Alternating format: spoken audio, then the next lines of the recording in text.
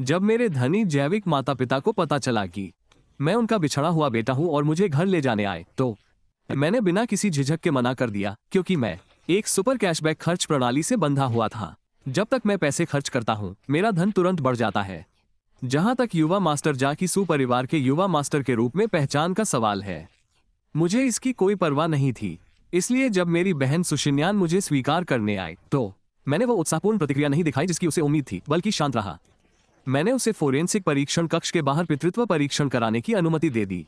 सू के पिता पहले से ही वहां इंतजार कर रहे थे। जब उन्होंने मुझे देखा तो उनकी आंखों में हैरानी की एक झलक दिखाई दी, क्योंकि हम दोनों बहुत मिलते जुलते थे। उद्धरण चिन्ह, नमस्ते, मैं सू गोंग हूँ, आपका चाचा। बस ठीक है शब्द ने सुफू की आगे की बात को पूरी तरह से रोक दिया। उद्धरण चिन्ह, IADNA परीक्षण के लिए बालों के नमूने ले।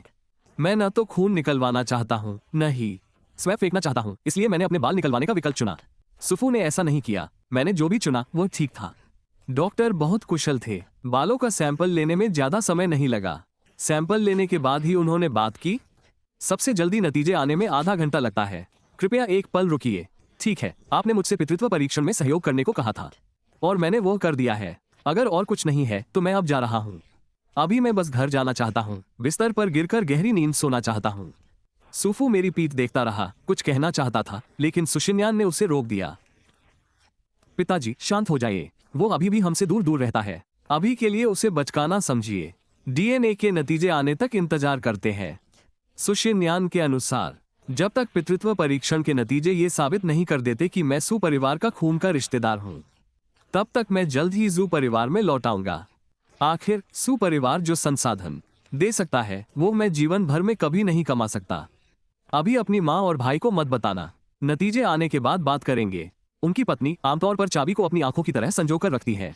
अगर उन्हें पता चला कि सुशांत वास्तव में उनका जैविक पुत्र नहीं है, तो कौन जाने उन्हें कितना बड़ा झटका लगेगा, क्योंकि चाबी तो आखिरकार वही है जिसे उन्होंने 21 साल तक पाला है। उनके बीच एक गहरा रिश्ता है जिसे यूं ही नहीं छोड़ा जा सकता। मेरी पूरी उम्मीद है कि जब मैं सू परिवार में वापस आऊंगी तो दोनों भाई शांति से मिलजुल कर रहेंगे। सू के पिता को लगता है कि सब ठीक हो जाएगा, लेकिन उन्होंने कभी यह नहीं सोचा कि मैं वापस आना चाहती हूँ या सुशांत मेरे साथ रहना चाहता है। इस बीच मैं अस्पताल से निकलकर सीधे टैक्सी से अपने किराए के अपार्टमेंट में वापस चली गई। मैंने अपनी मकान मालकिन की दादी को फोन किया और उन्हें बताया कि मैं अगले महीने के बाद ये जगह किराए पर नहीं लूंगी। फिर मैं सीधे रसोई में खाना बनाने चली गई, क्योंकि मुझे अगले दिन काम पर जाना था। मैंने हाथ मुंह धोकर जल्दी सो गई।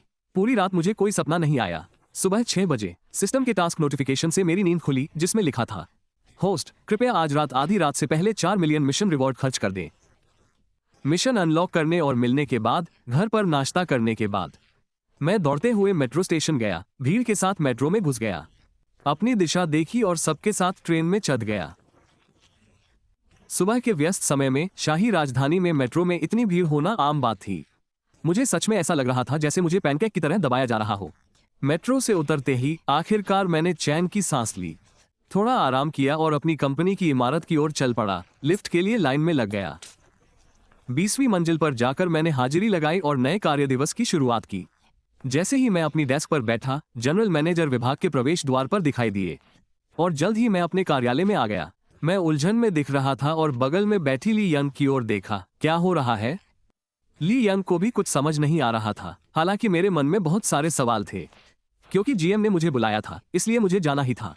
मैं जनरल मैनेजर के कार्यालय के दरवाजे तक गया, खटखटाया और अंदर आने को कहा गया। अंदर जाते ही मैंने सुशिन्यान को कार्यालय के सोफे पर बैठे देखा। जनरल मैनेजर वहां नहीं थे, ये स्पष्ट था। सुशिन्यान मुझे बुलाने के लिए GM के नाम का इस्तेमाल कर रही थी। उसने सीधे मेरी तरफ एक फाइल फेंक दी। मैं समझ गया, उसके अंदर मेरे और सू के पिता के DNA पितृत्व परीक्षण की रिपोर्ट थी। मैंने मेज से लिफाफा उठाया, उसे खोला और तुरंत देखा। पिता पुत्र संबंध की संभावना 99.9% थी। तो मुझे मेरा जवाब मिल गया, लेकिन मैंने तुम्हें यह भी बताया था कि मैं सू परिवार में वापस नहीं आना चाहता। जहां तक मेरा सवाल है, मेरा वर्तमान जीवन काफी अच्छा है। तुम्हारा अचानक आना मेरे लिए कोई अच्छी खबर नहीं है। मैं अब वो बच्चा नहीं हूं जो माता पिता के प्यार के लिए तरसता था। मैं अब खुशी से और स्वतंत्र रूप से जी सकता हूं। सुशिन्यान अपनी भावनाओं को व्यक्त नहीं कर पा रही थी। बेशक वो चाहती थी कि मैं सू परिवार में वापस आ जाऊं ताकि परिवार फिर से एकजुट हो जाए, लेकिन स्पष्ट रूप से मैं ऐसा नहीं सोच रहा था। मैं उन्हें स्वीकार भी नहीं करना चाहता था। तुम मेरे भाई हो, यह निर्विवाद है। हमारा सुपरिवार का वंश बाहर नहीं रहना चाहिए। मान लीजिए कि आप अभी तक अपनी नई पहचान के अभ्यस्त नहीं हुए हैं। एक हफ्ते बाद मुझे उम्मीद है कि आप अपना रवैया बदल लेंगे और एक अच्छे लड़के की तरह मेरे साथ घर लौटेंगे। सुशिन्यान को मेरी कठिनाइयों पर दुख तो हुआ, लेकिन वो एसयू समूह की हवा भी है। उसे शीर्ष पर रहने की आदत है, इसलिए जब किसी ने उसकी बात नहीं मानी तो पहली बार में उसे ये दिलचस्प लगा, दूसरी बार में वो चिढ़ गई। सुशिन्यान ने मुझे मना करने का मौका ही नहीं दिया, अपनी बात खत्म की और जीएम के कार्यालय से निकल गई। मैं भी जल्दी से कार्यालय से निकलकर अपनी सीट पर लौट आया। आखिरकार काम खत्म हो गया। मैंने कंपनी के बाहर लीन को अलविदा कहा और फिर सीधे सड़क के उस पार बचे इकलौते मॉल की ओर चल दिया।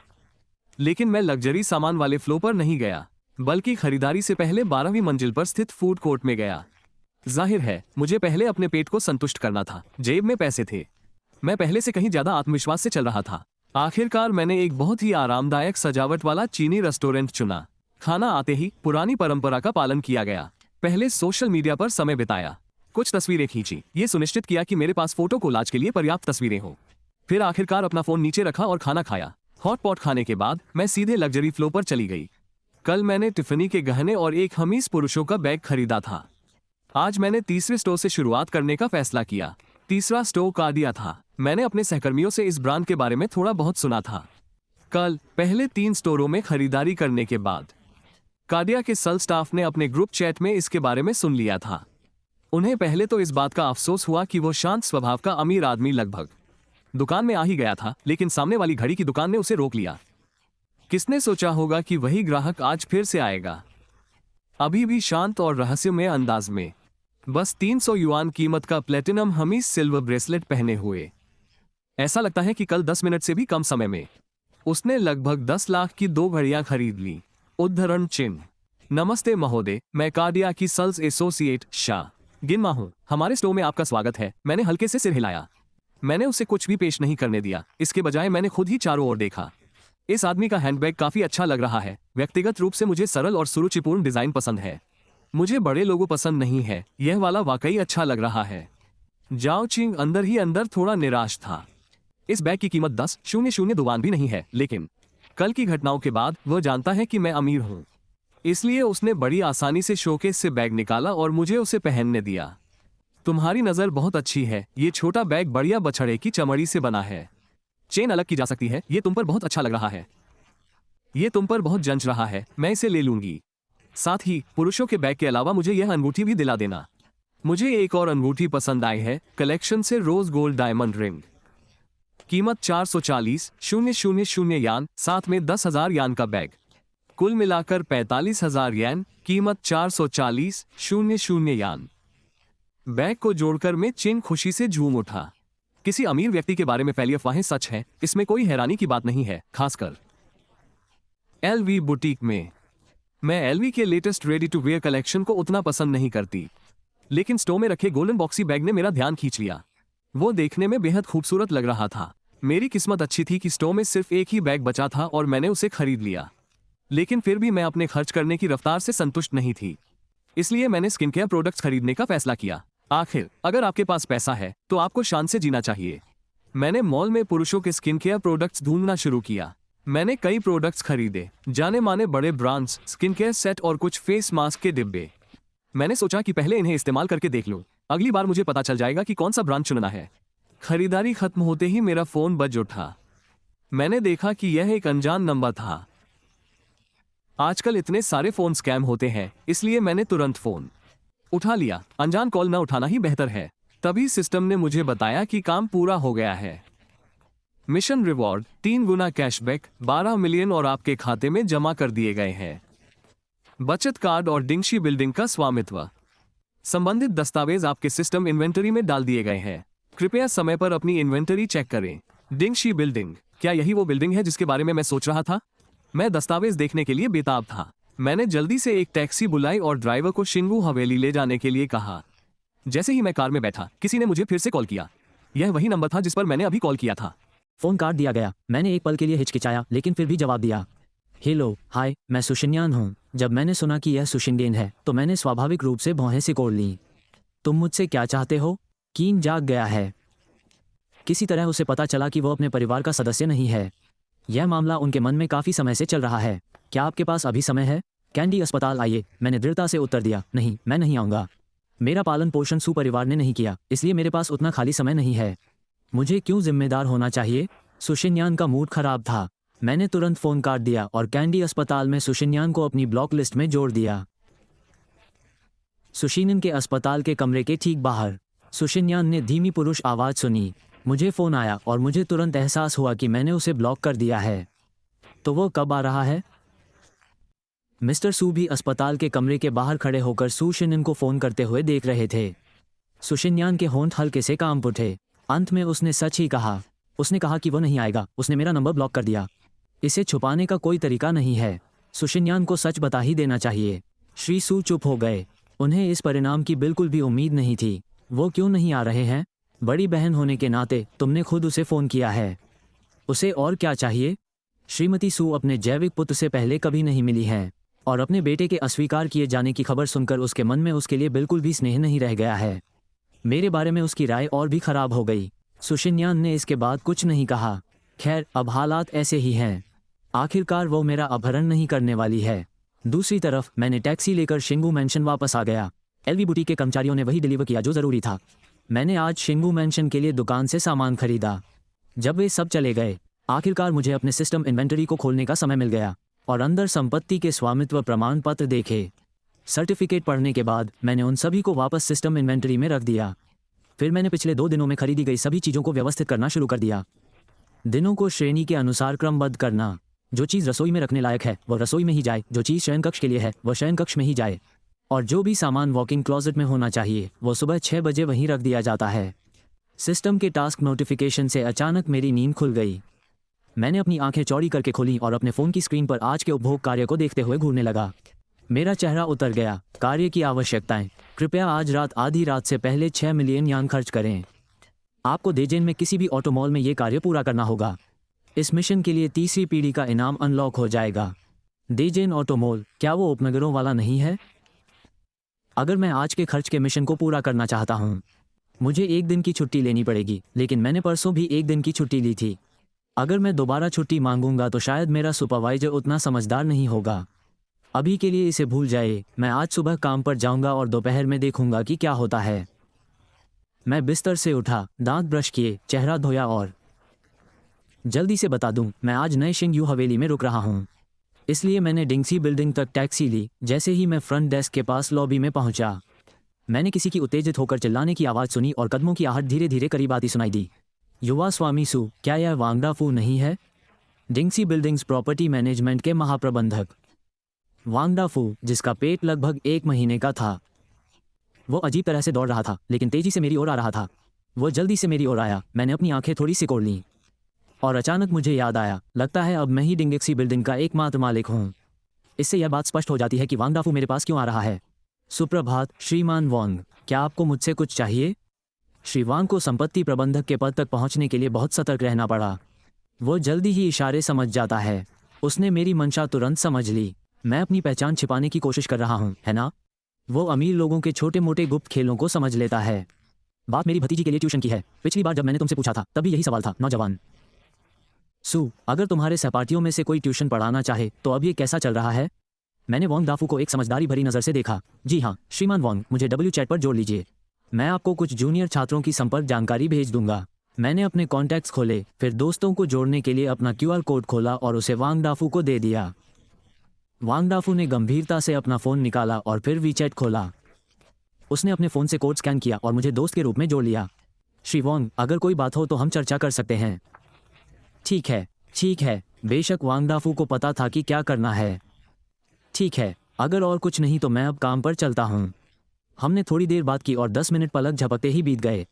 अगर मैं अभी नहीं निकला तो मुझे देर हो जाएगी। मुझे अभी भी हाजिरी लगानी है।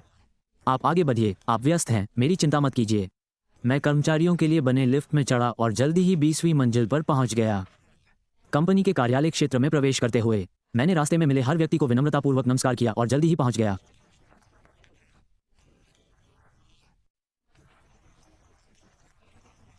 सुप्रभात बहन यंग। जैसे ही मैं बैठी, मुझे अचानक वांगडाफू से एक संदेश मिला। इसमें डिंगसी के त्रैमासिक वित्तीय विवरण शामिल हैं, टावर के साथ साथ इमारत में किराए पर मौजूद कंपनियों की सूची भी।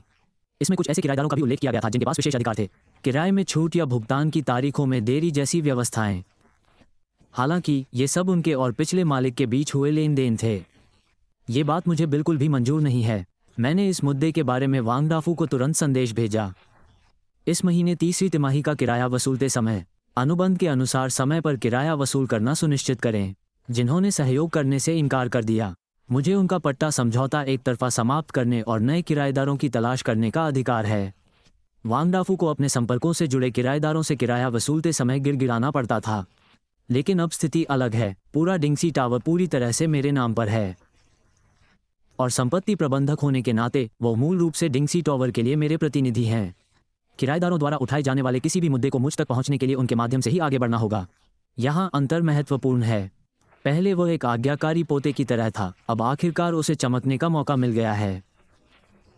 वांग डाफू ने तुरंत इस संबंध में एक संदेश का मसौदा तैयार किया और फिर उसने उस गंदे टावर के सभी किराएदारों को एक सामूहिक संदेश के रूप में भेज दिया। इसी बीच मैं पहले ही काम के मूड में आ चुका था। सुबह छुट्टी होने के लगभग समय तक मैंने ऐसा नहीं किया था। मैंने अपना लिखित अवकाश आवेदन जमा किया और अपने सुपरवाइजर के कार्यालय में चला गया। शेल्बी, तुम पिछले कुछ दिनों से काफ़ी बार छुट्टी ले रहे हो। यदि आप लगातार छुट्टी लेते रहते हैं और उच्च अधिकारी इसके बारे में पूछते हैं, मेरे लिए इसे समझाना मुश्किल होगा। मेरे सुपरवाइजर ने मेरी छुट्टी की अर्जी देखी और वे थोड़े परेशान दिखे। उन्होंने परसों मेरे लिए 1 दिन की मंजूरी दी थी और ठीक 1 दिन बाद ही मैं फिर से आधे दिन की छुट्टी मांग रहा हूँ। ऐसा क्या चल रहा है जिसके लिए इतनी बार छुट्टी लेनी पड़ रही है? सुपरवाइजर, मुझे वाकई में कुछ बहुत ज़रूरी काम है। यदि आप इसे मंजूरी नहीं देते हैं तो मेरे पास इस्तीफा देने के अलावा कोई विकल्प नहीं बचेगा। मैंने एकदम गंभीर चेहरे से कहा, क्या तुम सच में गंभीर हो? मेरे सुपरवाइजर को एहसास हुआ कि मैं मजाक नहीं कर रहा था। मैं सचमुच तैयार था। मैं सच में इस्तीफा दे रहा हूँ। ठीक है, तो इस बार मैं इसे आपके लिए मंजूर कर देता हूँ। आपको अपने इस्तीफे के फैसले पर गंभीरता से विचार करना चाहिए।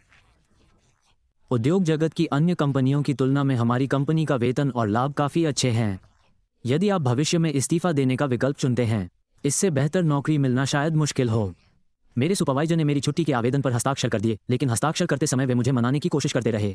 आखिरकार मुझ जैसे प्रतिभाशाली प्रशिक्षु को ही तो उत्पादन करने का मौका मिलता है। उच्च गुणवत्ता वाला काम निश्चित रूप से दुर्लभ और कठिन होता है। किसी अनपेक्षित परिस्थिति में बोरिंग तरीके से प्राप्त करना।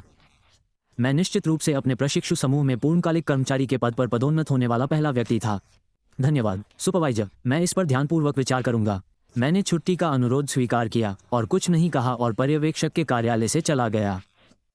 तो क्या इसे मंजूरी मिल गई? लीन ये सुनकर हैरान रह गई कि मैं फिर से छुट्टी ले रही हूँ। ये लोग तो वाकई बहुत साहसी हैं, है ना? मैंने अपने हाथ में मौजूद अनुरोध को ली की ओर लहराया।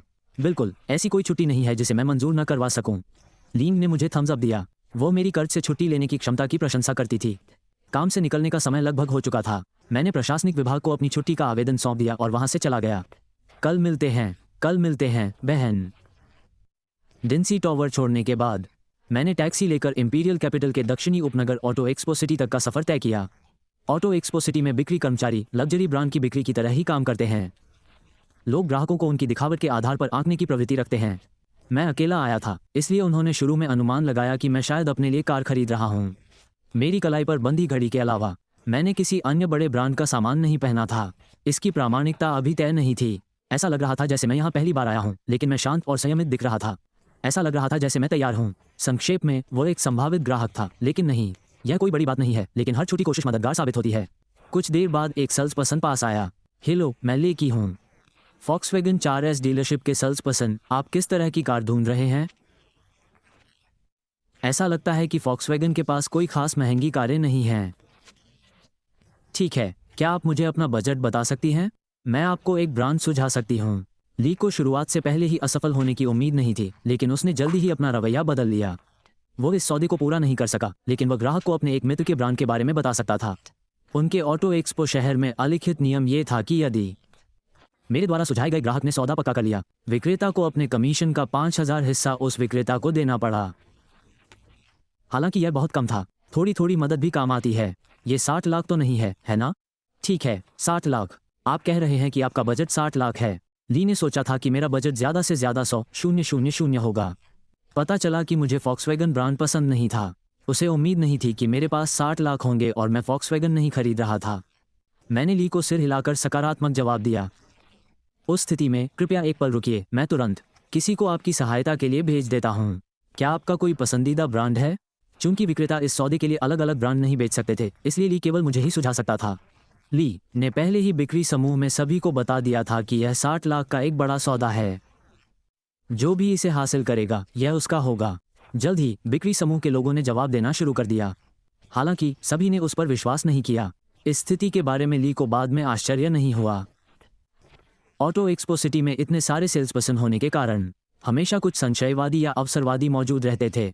एक युवा sales person Rolls Royce 4S dealership से निकला। वो काफी युवा दिख रहा था। भाई ली ने आते हुए व्यक्ति को देखा और समझ गया कि उसे अन्य सेल्स पर्सन ने आगे भेज दिया है। उन्हें विश्वास नहीं था कि जिस ग्राहक का उसने जिक्र किया है उसके पास वास्तव में कार खरीदने के साधन हैं। लेकिन वे मौका गंवाना नहीं चाहते थे, इसलिए उन्होंने एक इंटर्न को भेज दिया। ऐसा पहली बार नहीं हुआ था। इंटर्न को आमतौर पर डीलरशिप में डील फाइनल करने का अधिकार नहीं होता है। युवा मालिक स्यू, ये रोल्स रॉयस ब्रांड का बिक्री शिष्टाचार है।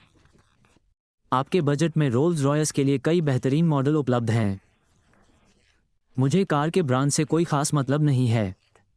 वैसे भी जब तक मैं 60 लाख खर्च कर सकता हूँ, ये बाकी सब चीज़ों से बेहतर है।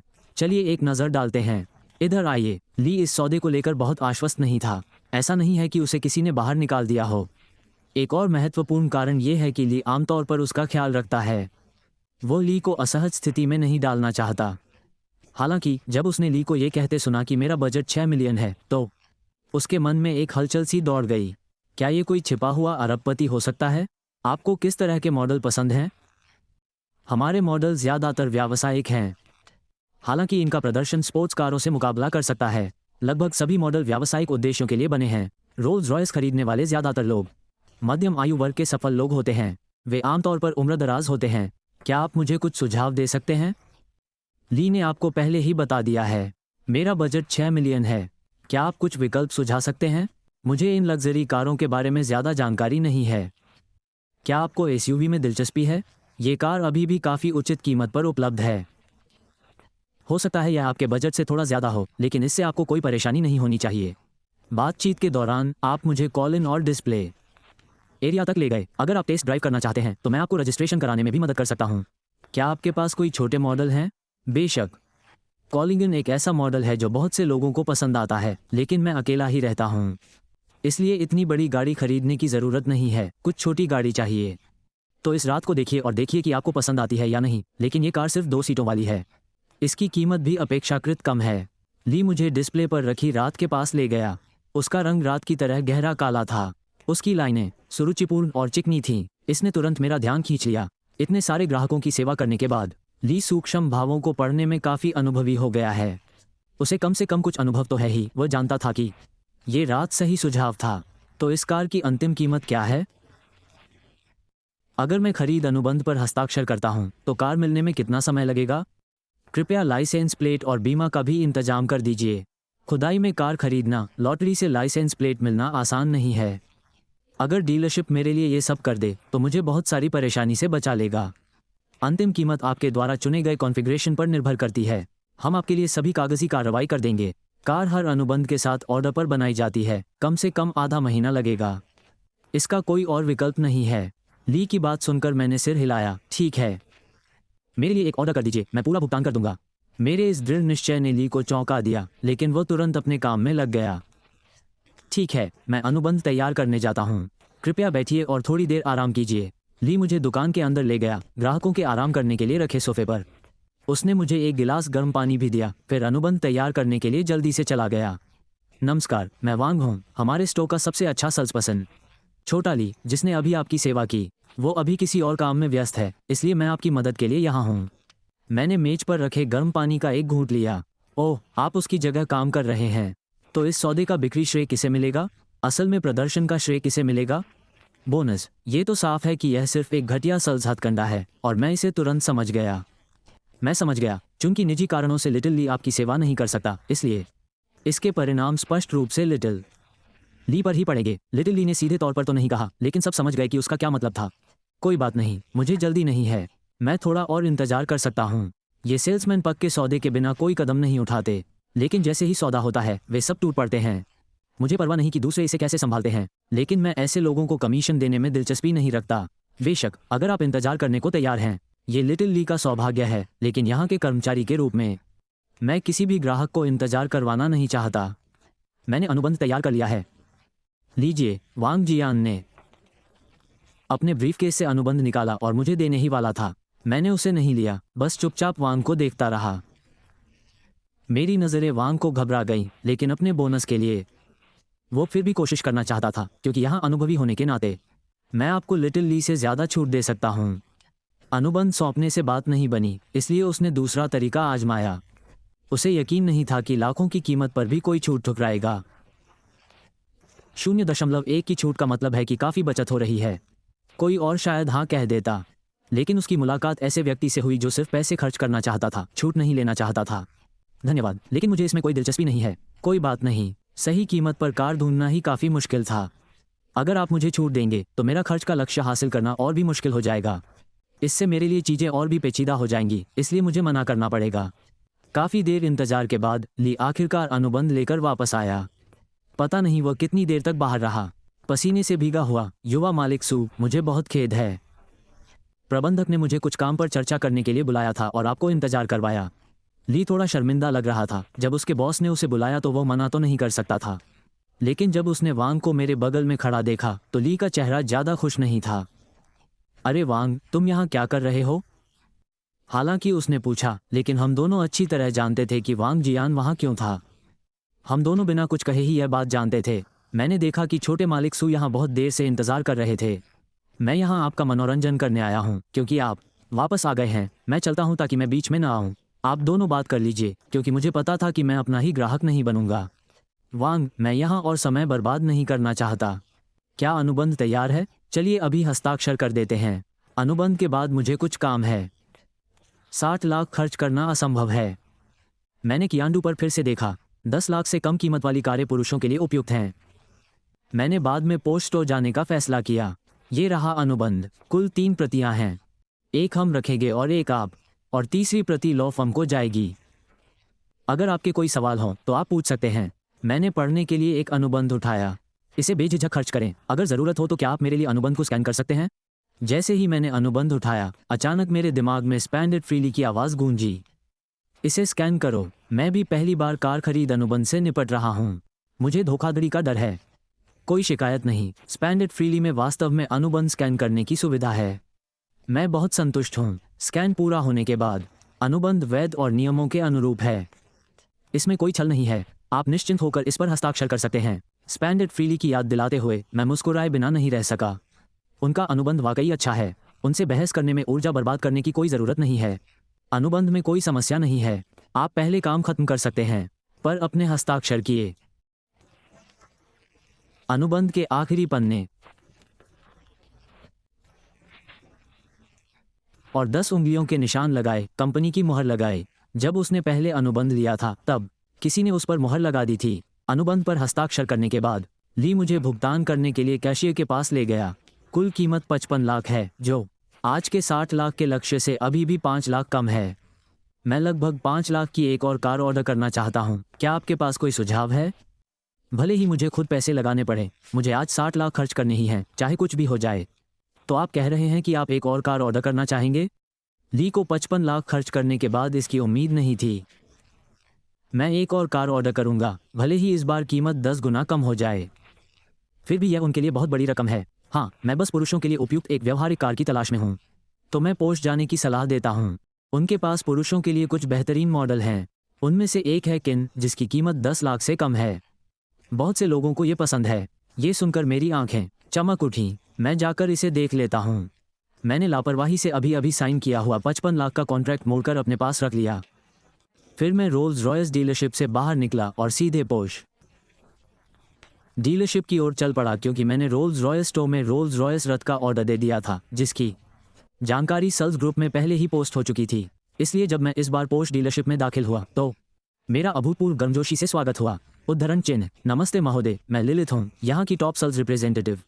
क्या मैं आपकी किसी तरह मदद कर सकती हूँ? इतने बड़े ग्राहक को देखकर उनकी आवाज़ भी मीठी हो गई। जैसे ही मैं पोर्श स्टोर में दाखिल हुआ, डिस्प्ले कारों में मेरी नज़र एक साधारण लेकिन क्लासिक सफ़ेद कार पर पड़ी। उद्धरण चिन्ह, ये तो बहुत अच्छी लग रही है। ये कौन सा मॉडल है? आप क्लासिक सफ़ेद रंग की केयन की बात कर रहे हैं, है ना? उद्धरण चिन्ह, ये हमारा सबसे ज़्यादा बिकने वाला मॉडल है। ये युवाओं में बहुत लोकप्रिय है। क्या आप इसे टेस्ट ड्राइव करना चाहेंगे? मैं अभी आपके लिए इसे ऑर्डर कर सकती हूँ।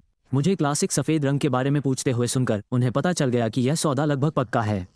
क्लासिक सफ़ेद रंग के इतने सारे युवाओं में लोकप्रिय होने का एक कारण है। अच्छी बात है। कोई ज़रूरत नहीं। क्या आपके पास स्टॉक में है या मुझे दूसरी जगह की तरह प्री ऑर्डर करना होगा? मैं अभी शिनू मैंशन में रहता हूँ। आने जाने के लिए कार होना बहुत सुविधाजनक है। इससे रोज़मर्रा की ज़िंदगी बहुत आसान हो जाती है। शिनू मैंशन में रहते हुए मेट्रो या टैक्सी लेना झंझट भरा है। हमेशा लंबा इंतज़ार करना पड़ता है। आपकी किस्मत अच्छी है, आज ही हमारे पास एक कार आई है। हमने इसके बारे में पोस्ट भी किया है। अगर आप इसे लेना चाहते हैं तो मैं अभी मैनेजर से बात करके आपके लिए ये कार मंगवा सकता हूँ। आखिरकार अभी सौदा पक्का करना शायद से बेहतर है। मुझे यकीन है कि मैनेजर को पता है कि क्या करना है। मुझे कुछ कहने की ज़रूरत भी नहीं है। क्लासिक वाइट रंग युवाओं में काफ़ी लोकप्रिय है, लेकिन इसकी बिक्री की कोई गारंटी नहीं है। ज़्यादा देर तक खड़ी रहने से नुकसान का खतरा बढ़ जाता है, इसलिए कार को जल्द से जल्द बेचना ज़रूरी है। ठीक है, आप मंगवा लीजिए। मैं तो यहाँ क्लासिक वाइट रंग देखने और उसे सामने से देखने ही आया था। मुझे ये बहुत पसंद आई क्योंकि यह स्टॉक में है, तो मैं इसे लेने में ज़रा भी संकोच नहीं करूँगा, चाहे उन्होंने इसे मूल रूप से किसे बेचने की योजना बनाई हो। अब यह मेरी है। ठीक है, कृपया यहीं प्रतीक्षा करें, मैं अभी वापस आता हूँ। कम से कम मेरे लिए एक कप गर्म पानी डाल दें और फिर जल्दी से मैनेजर को ढूंढें। जब मैं वहाँ बैठा था, बहुत से लोगों ने मुझे देखा। कुछ उत्सुक थे कि मैं कौन हूँ, कुछ सोच रहे थे कि क्या मैं वास्तव में एक कायेन खरीद सकता हूँ। कुछ लड़कियाँ मुझसे फ्लर्ट करने की कोशिश कर रही थीं, लेकिन जब मैंने अपना हाथ फ़ोन पर खेलने के लिए उठाया तो गलती से एक टिफ़नी टी सीरीज़ 3 की डायमंड स्टड रिंग दिख गई। इस रिंग को देखकर बहुत से लोग पीछे हट गए। 300,000 से ज़्यादा कीमत की अंगूठी को इतनी सहजता से हाथ में पहने देखना यह स्पष्ट करता है कि यह कोई ऐसा व्यक्ति नहीं है जिसके पास पैसों की कमी हो। थोड़ी देर बाद लिलित कुछ अनुबंध लेकर दौड़ती हुई वापस आए।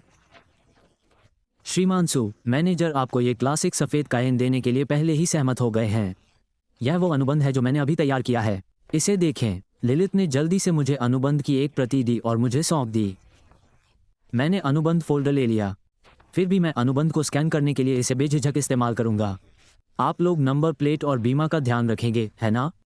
चिंता मत करो, हम सब संभाल लेंगे, लिलित ने पुष्टि की। तभी क्या मैंने मन की शांति के साथ अनुबंध पर हस्ताक्षर किए और अपनी उंगली का निशान लगाया। लिलित की जांच के बाद तीनों अनुबंध ठीक थे। वो मुझे भुगतान करने के लिए कैशियर के पास ले गई। मैंने सिस्टम का ब्लैक गोल्ड कार्ड कैशियर को दे दिया।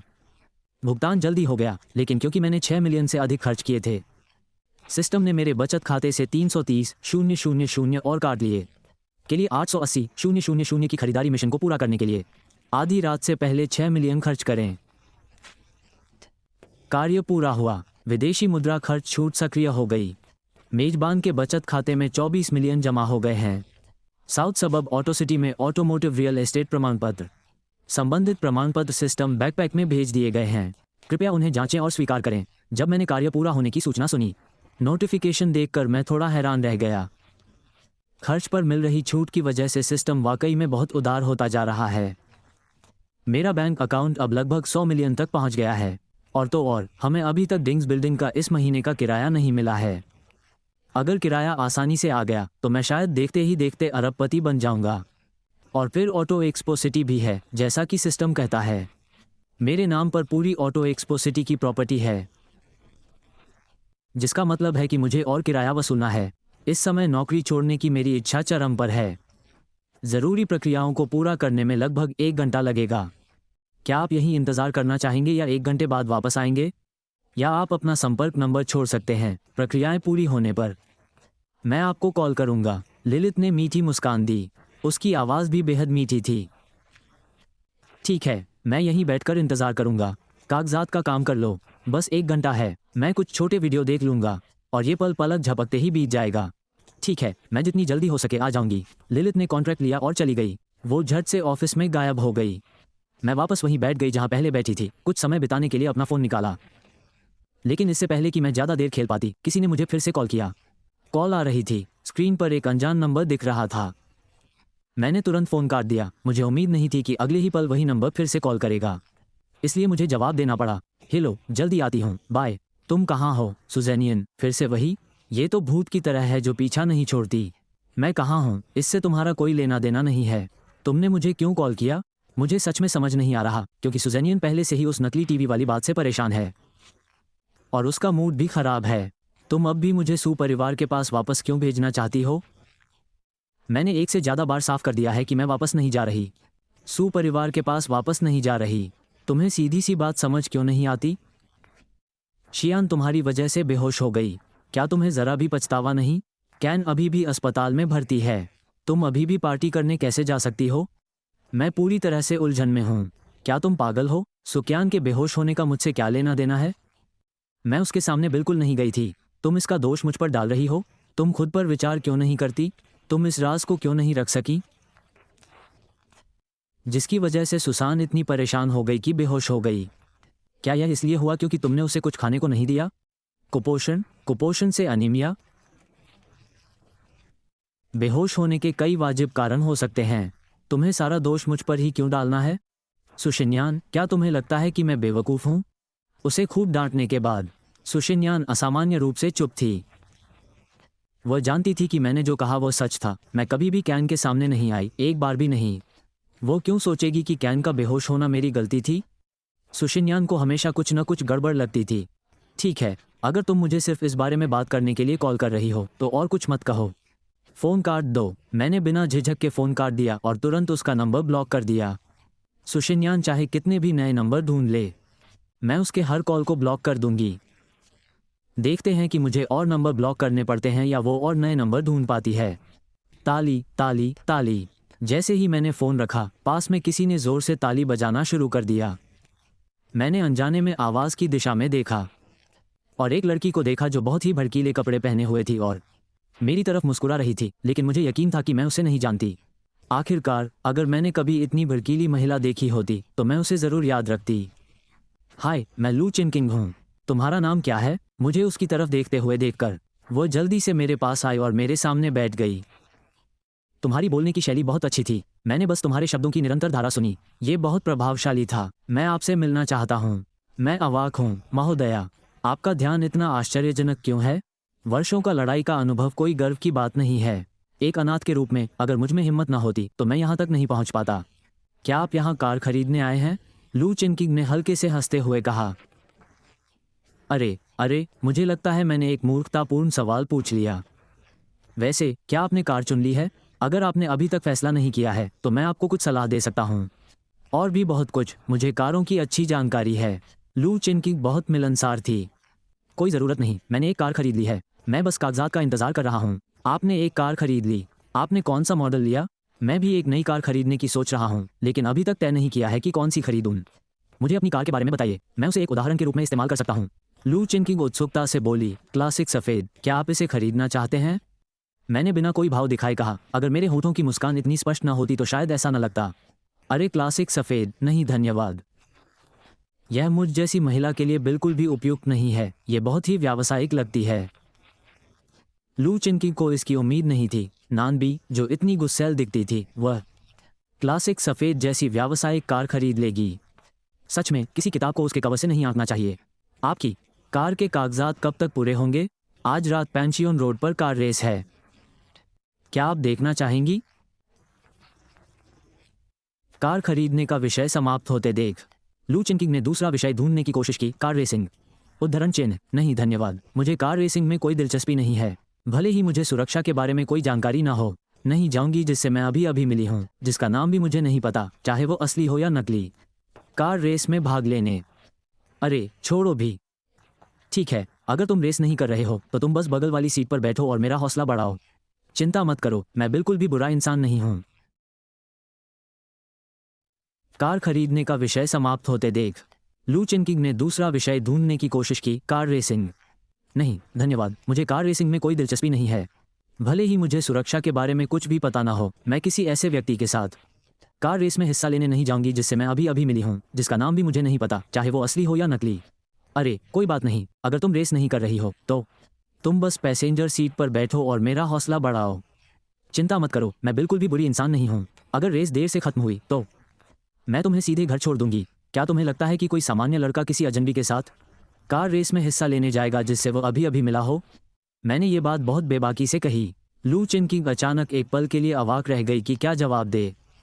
उसे मेरी बात बिल्कुल सही लगी। आखिर हो क्या रहा था?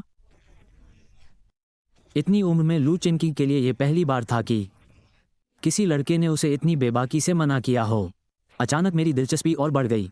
ठीक है, मैं तुम्हारी चिंता समझती हूँ, लेकिन मुलाकात तो किस्मत की बात है। अगर आप रेस में हिस्सा नहीं लेते हैं तो क्या हम वीचैट पर एक दूसरे को ऐड कर सकते हैं? लियू चिनगिंग ने अपना फ़ोन निकाला, अपना पर्सनल क्यूआर कोड खोला और मुझे दे दिया। मैं उससे ज़्यादा उलझना नहीं चाहता था। मैंने अपना फ़ोन निकाला, कोड स्कैन किया और उसे फ्रेंड रिक्वेस्ट भेज दी। हो गया। वीचैट पर नयन बाई की फ्रेंड रिक्वेस्ट देखकर लियू चिनगिंग बहुत खुश थी। उसने एक्सेप्ट पर क्लिक किया। मैं कारें देखने जा रही हूँ। अगली बार मिलते हैं। उम्मीद है आप मान जाएंगे। मेरे साथ कार रेस में शामिल हो जाओ। कार रेस लगभग आम बात थी। कोई न कोई हर कुछ दिनों में इनका आयोजन करता था। ये सब रोमांच के बारे में था।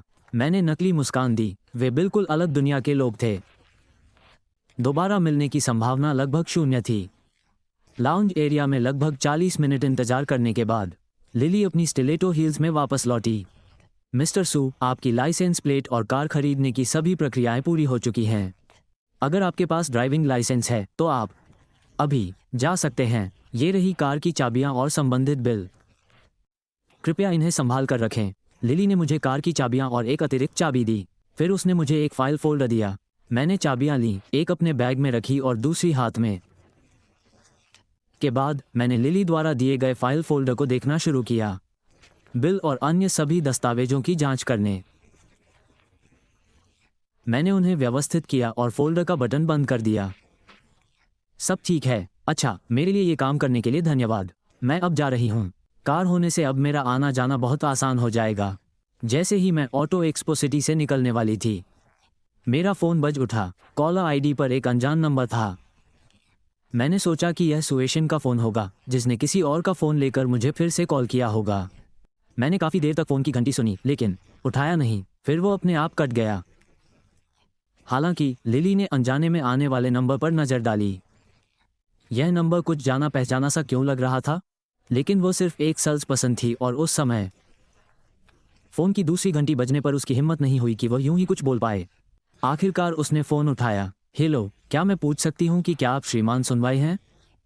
ये पुष्टि करते हुए कि दूसरी तरफ सू शिन्यान नहीं थी। मेरी आधी चिंता दूर हो गई। जी हाँ, मैं ही हूँ। हेलो, मैं वू युतोंग हूँ, इंपीरियल कैपिटल के दक्षिणी उपनगर ऑटो एक्सपो सिटी का प्रभारी। मुझे अभी अभी खबर मिली है कि आपने ऑटो एक्सपो सिटी खरीद लिया है, जिसमें सारी संपत्ति, यहाँ तक कि ज़मीन भी शामिल है। लीज अनुबंध के संबंध में अभी जुलाई का महीना है, जो ठीक वही समय है जब तीसरी तिमाही का किराया देय होता है। वू युतोंग को डर था कि मैंने ऑटो एक्सपो सिटी की संपत्ति किसी और योजना के तहत खरीदी है। उसे अभी अभी खबर मिली थी और उसने जल्दबाजी में मुझे फ़ोन किया। बिक्री से लीज समझौते पर कोई असर नहीं पड़ेगा। किराए का अनुबंध पहले ही मेरे नाम पर स्थानांतरित हो चुका है। मूल मकान मालिक ने आपको भी बताया होगा। श्री वू को केवल अनुबंध का पालन करना है और मुझे समय पर किराया देना है। हालांकि मैंने सुना है कि श्री वू का मूल मकान मालिक के साथ अनुबंध समाप्त होने वाला है। यदि श्री वू लीज बढ़ाना चाहते हैं तो कृपया मुझे 1 महीने पहले सूचित करें। यदि वू टोंग लीज का नवीनीकरण नहीं करते हैं तो मुझे दूसरा किराएदार ढूंढना पड़ेगा। 1 महीने पहले सूचित करना अनिवार्य है। आखिर यह इतनी बड़ी जगह है, नया किराएदार ढूंढना आसान काम नहीं है। बेशक अगर कोई अप्रत्याशित घटना नहीं होती है तो हम लीज का नवीनीकरण अवश्य करेंगे। श्री सू, मेरे लिए चीज़ें आसान बनाने के लिए धन्यवाद। अगर आप मेरी बात मानते हैं तो वू टोंग किसे जानते हैं? मैं किराएदारों के लिए परेशानी पैदा करने वाला मकान मालिक नहीं हूँ, लेकिन फिर भी जो चुपचाप काइबो मोटर सिटी की सारी संपत्ति का मालिक है, उसे शायद इस 1 महीने की भी परवाह नहीं होगी। 500 मिलियन किराया। जी हाँ, काइबो मोटर सिटी का मासिक किराया 500 मिलियन है, यानी सालाना 6 बिलियन। इस कीमत का एकमात्र कारण यह है कि केबल मोटर सिटी एक दूरदराज के इलाके में है। यहाँ ज़्यादा लोग नहीं आते जाते, लेकिन फिर भी यह बहुत बड़ा है। जगह काफ़ी बड़ी है और सभी कार ब्रांड मौजूद हैं। कई अमीर लोग कार खरीदने के लिए खास तौर पर जाओ केबो मोटर सिटी के अलावा किसी और मोटर सिटी को चुनते हैं। मुझे धन्यवाद देने की ज़रूरत नहीं है, यह आपसी फ़ायदे का सौदा है। मूल मकान मालिक ने आपको किराए के बारे में बता दिया होगा। आपने लीज ट्रांसफ़र एग्रीमेंट भी देखा होगा। उसमें मेरे बैंक खाते की जानकारी है। इस महीने की 5 तारीख से पहले तीसरी तिमाही का किराया मेरे खाते में ट्रांसफ़र कर दीजिए। चिंता मत कीजिए, मैं समय पर किराया चुका दूंगा। हालांकि मेरी आवाज़ से पता चलता है कि मैं शायद काफ़ी जवान हूँ। टॉम को भी नहीं पता क्यों वो मेरे बारे में कुछ भी बुरा नहीं सोच सकता। अगर और कुछ नहीं है तो मैं अब फ़ोन रख देता हूँ। मुझे गाड़ी चलानी है क्योंकि मैंने ये कॉल अटेंड कर ली। मेरे 10 मिनट और बर्बाद हो गए। इस बीच लियू चिंगिंग ने अपनी मनपसंद कार चुन ली है, लेकिन स्टोर में अभी कोई कार उपलब्ध नहीं है। उसे ऑर्डर देना होगा। उसे कार लेने में आधा महीना लगेगा। जब लू चिंगिंग खरीद अनुबंध पर हस्ताक्षर करके बाहर आई तो उसने मुझे ठीक उसी समय देखा जब मैंने फ़ोन रखा था। तभी नाम बाय ने अचानक उसका नाम पुकारा, लुंग। मैं थोड़ा हैरान रह गया। मुझे समझने में थोड़ा समय लगा। यही नाम मैंने अभी चिंगिंग लियू के लिए इस्तेमाल किया था। मिस लियू का नाम क्या है? मिस लियू बहुत औपचारिक है। आप मुझे चिंगिंग लियू कह सकते हैं, या सिस्टर चिंगिंग भी ठीक है। चिंगिंग लू मेरी तरफ बहुत ही मोहक अंदाज में मुड़ी और एक ऐसा पोज बनाया जो उसे बहुत सेक्सी लगा। मुझे कल रात का खाना लगभग उल्टी आ गया। मुझे कुछ काम है, इसलिए मैं अब जा रहा हूँ। मैंने अपना सामान समेटा और जल्दी से पोर्श डीलरशिप से बाहर निकल गया। मैंने जल्द ही उसे प्रवेश द्वार पर देखा, क्लासिक सफ़ेद केन जिसे कर्मचारियों ने अभी अभी उतारा था। मुझे कहना होगा, क्लासिक सफ़ेद केन पुरुषों के लिए सबसे लोकप्रिय लग्जरी कारों में से एक होने के कारण। दूसरों की राय चाहे जो भी हो, इसके अपने कारण हैं। उसे देखते ही मैं दंग रह गया। जब मैं ड्राइवर की सीट पर बैठा, मुझे ऐसा लगा जैसे मैं किसी परीक्षा का राजकुमार हूँ। लाइसेंस मिलने के बाद से मैंने कभी गाड़ी नहीं चलाई थी, लेकिन सौभाग्य से मुझे जल्द ही गाड़ी चलाने का तरीका समझ आ गया। ऐसा लगा जैसे मैं काफ़ी स्थिर गति से गाड़ी चला रहा हूँ। मैं सुरक्षित रूप से शेन्यू रॉयल मैनर तक वापस आ गया। मैंने गार्ड के पास लाइसेंस प्लेट का नंबर दर्ज करवा लिया। अब मुझे आने जाने के समय नंबर दर्ज करवाने की ज़रूरत नहीं पड़ेगी।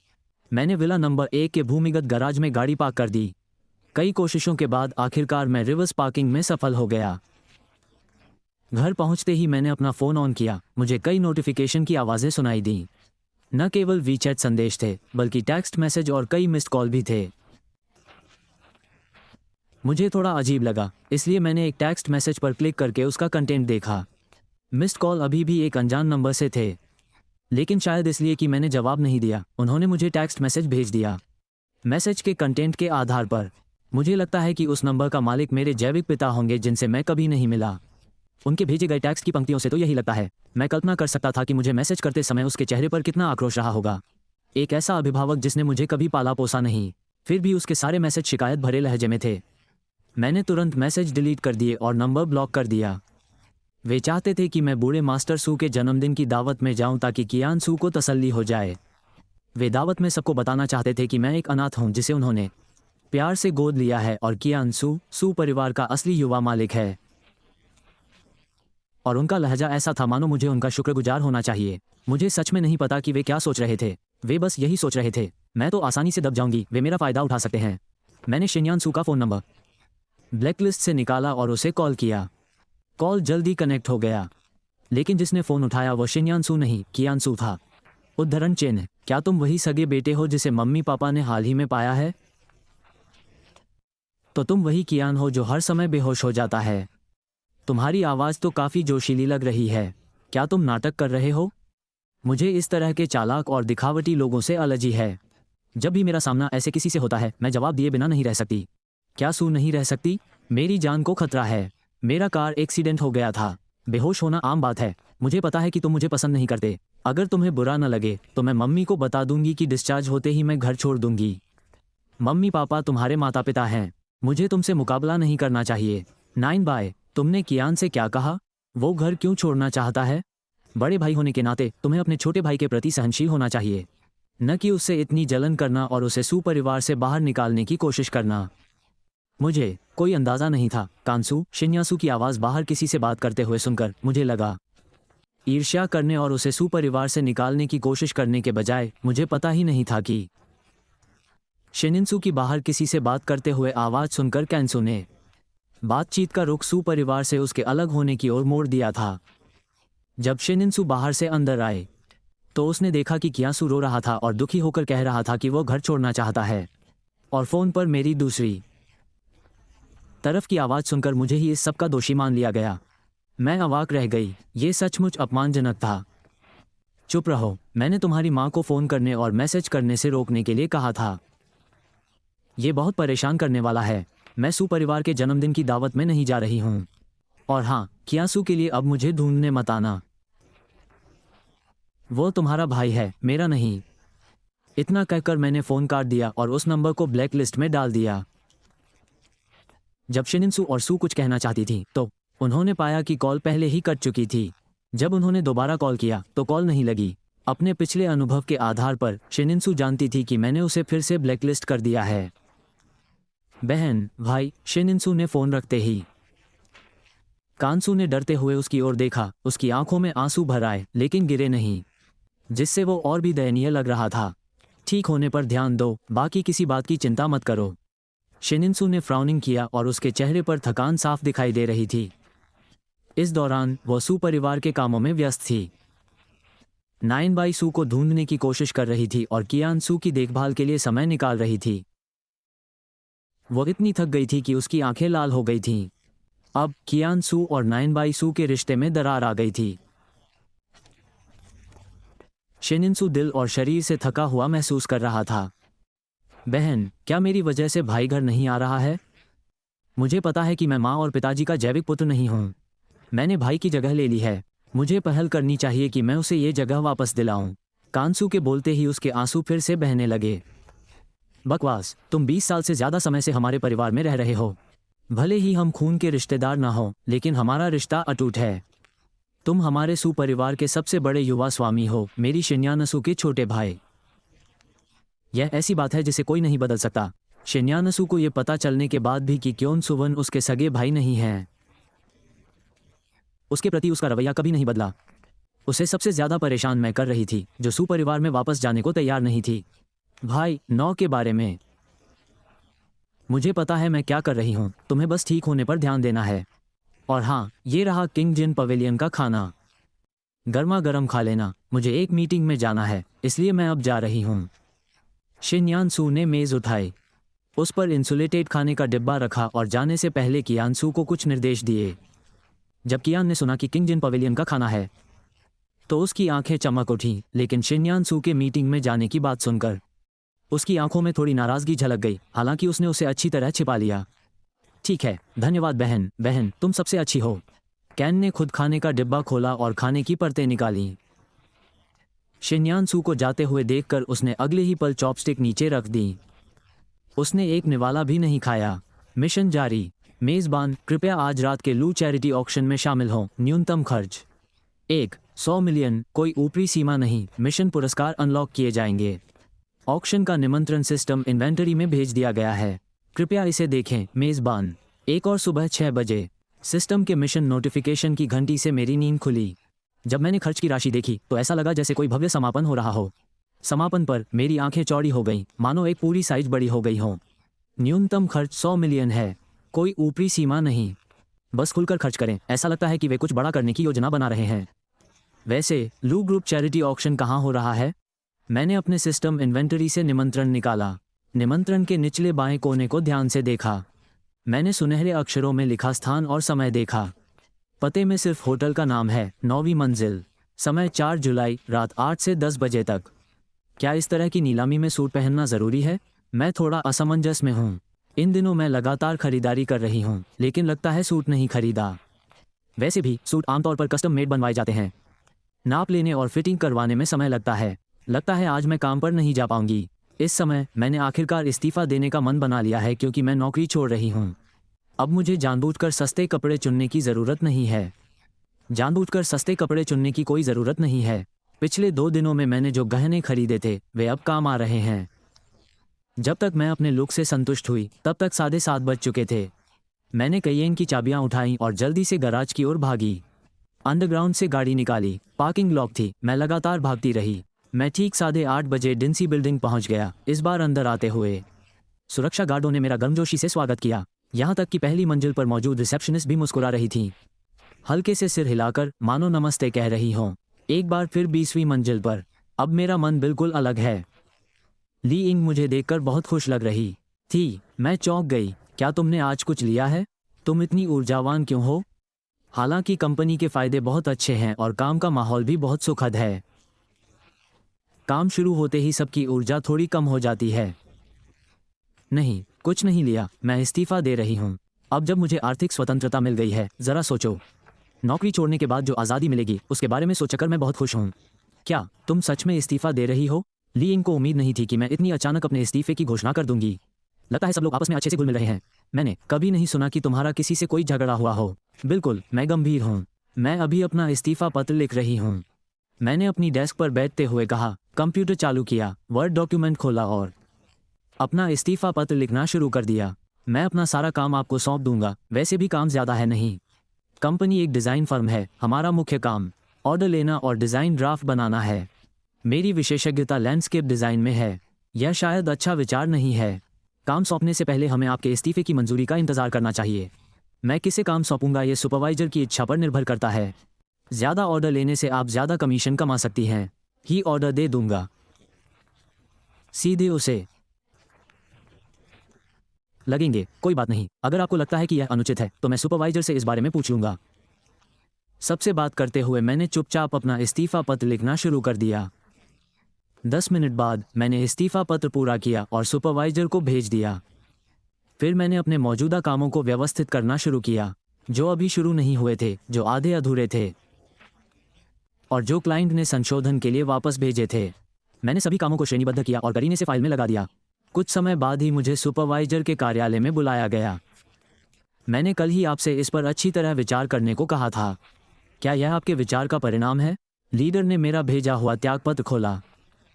जी हाँ, अच्छी तरह विचार करने के बाद भी मैंने इस्तीफा देने का फैसला किया है। क्या आप मुझे इसका कारण बता सकते हैं? जहाँ तक मुझे पता है, आपके अपने सहकर्मियों के साथ अच्छे संबंध हैं।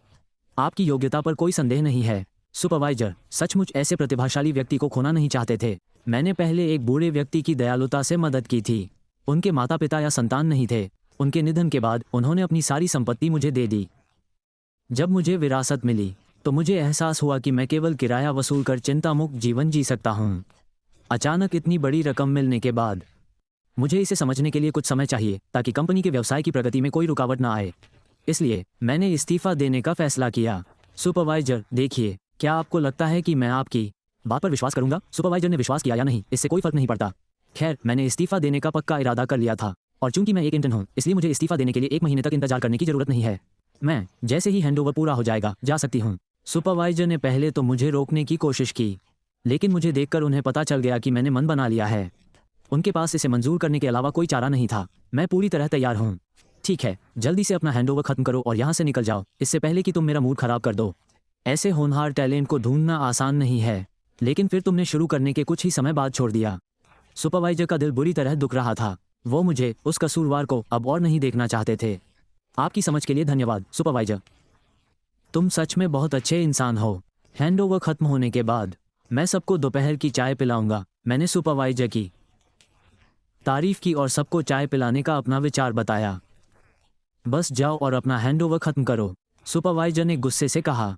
मैं खुशी खुशी सुपरवाइजर के ऑफिस से बाहर भागी और उनके लिए दरवाज़ा भी ध्यान से बंद कर दिया। तो कैसा रहा मुझे बाहर आते देखकर? ली यंग तुरंत आकर स्थिति के बारे में पूछने लगी। मुझे बस हैंडओवर पूरा करना है और अपनी सैलरी लेने के लिए फाइनेंस डिपार्टमेंट जाना है।